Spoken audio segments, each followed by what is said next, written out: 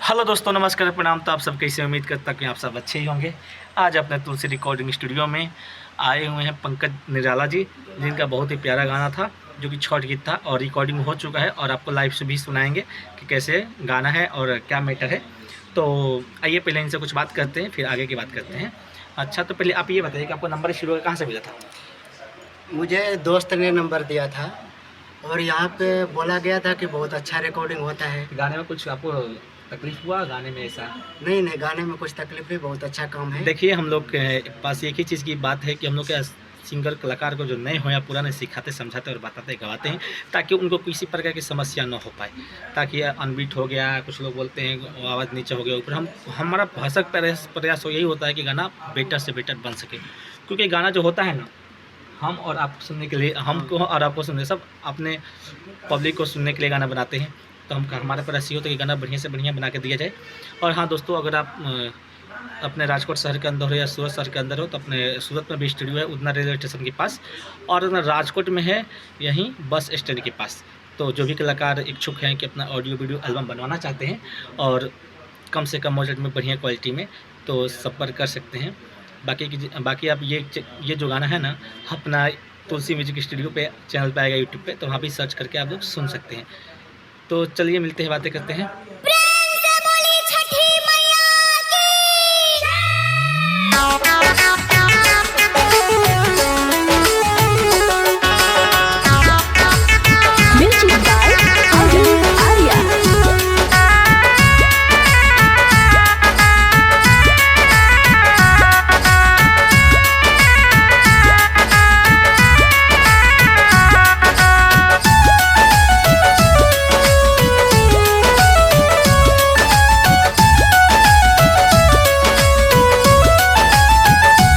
हे छठी मैया दुख हरनी माँ, हम शरण में तेरे आए हैं। हे छठी मैया दुख हरनी माँ, हम शरण में तेरे आए हैं। हम शरण में तेरे आए हैं, हम शरण में तेरे आए हैं। हे छठी मैया दुख हरनी माँ, हम शरण में तेरे आए हैं।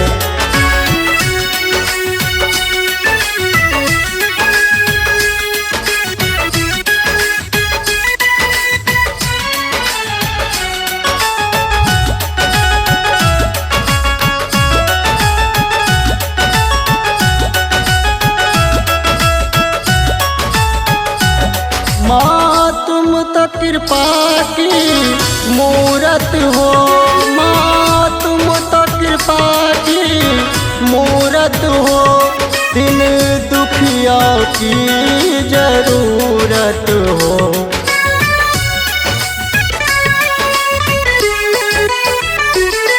माँ तुम तो कृपा की मूरत हो, माँ तुम तो कृपा की मूरत हो, दिन दुखिया की जरूरत हो।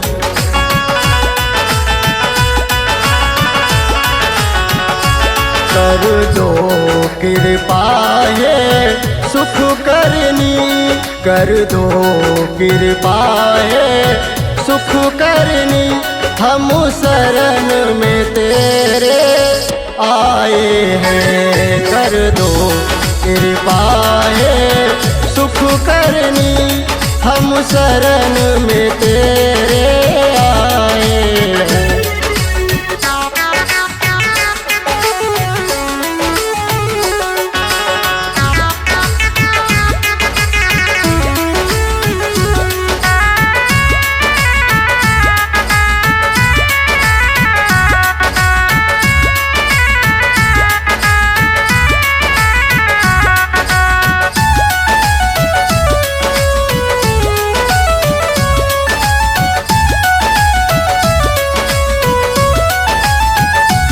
निर्धन को दिया धन तूने माँ, निर्धन को दिया धन तूने पाया है।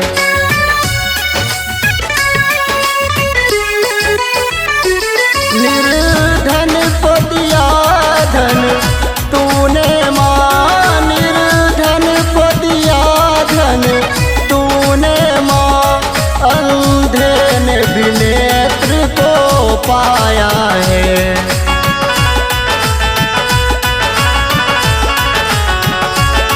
कोढ़ी ने पाया काया माँ, कोढ़ी ने पाया काया माँ, हम भी तो आस लगाए हैं। कोढ़ी ने पाया काया माँ, हम भी तो आस लगाए हैं।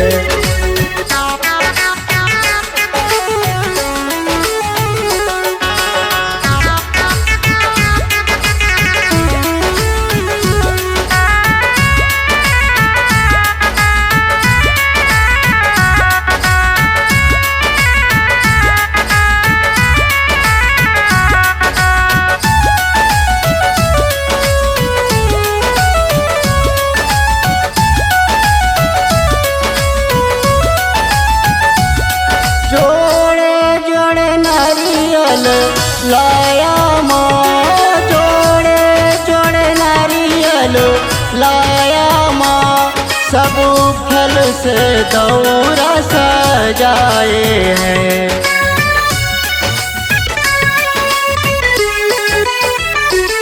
जोड़े जोड़े नारियल लाया माँ, जोड़े जोड़े नारियल लाया माँ, सब फल से दौरा सजाए हैं।